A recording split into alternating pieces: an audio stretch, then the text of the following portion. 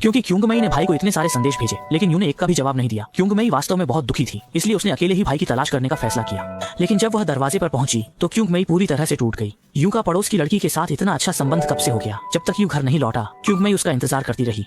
उसने कहा कि वह बहुत धीरे धीरे लौटी। यू ने कहा कि आज बहुत सारी चीजें हुई। लिंगलिंग ने इतने सारे संदेश भेजे लेकिन भाई ने एक का भी जवाब नहीं दिया।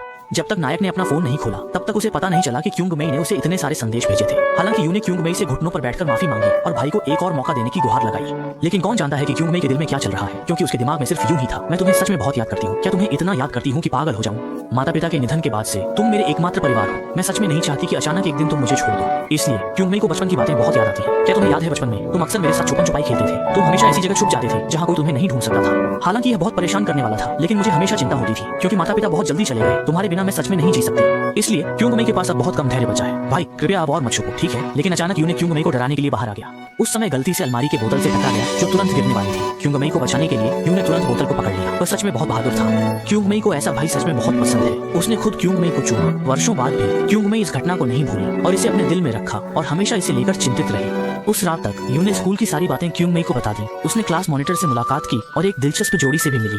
क्युंगमई को नहीं पता था कि वे कौन थे। यू ने कहा कि वे त्याननुमू और जू सहपाठी थे। त्याननुमू सच में प्राकृतिक सुंदरता के साथ पैदा हुई थी। उस समय उसने यू के साथ दोपहर का भोजन करने के लिए खुद पहल की और नायक का हाथ भी पकड़ लिया। लेकिन यू ने क्युंगमई के सामने दूसरों की अच्छाई का जिक्र किया बिना क्युंगमई की भावनाओं की परवाह किए। क्युंगमई थोड़ी नाराज हो गई। उसने कहा कि भाई की बनाई चाय बहुत मीठी है। क्युंगमई सच में इसे नहीं पी सकती। यू ने फिर भी दृढ़ता से कहा चलो धीरे धीरे आगे बढ़ते हैं।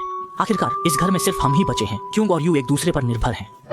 लेकिन अगले दिन क्युंगमई ने भाई को इतने सारे संदेश भेजे लेकिन यू ने एक का भी जवाब नहीं दिया। क्या यू सच में बचपन की बातें भूल गया है? यू ने बिल्कुल नहीं भुलाया। वो जानता है कि क्युंगमई क्या चाहती है।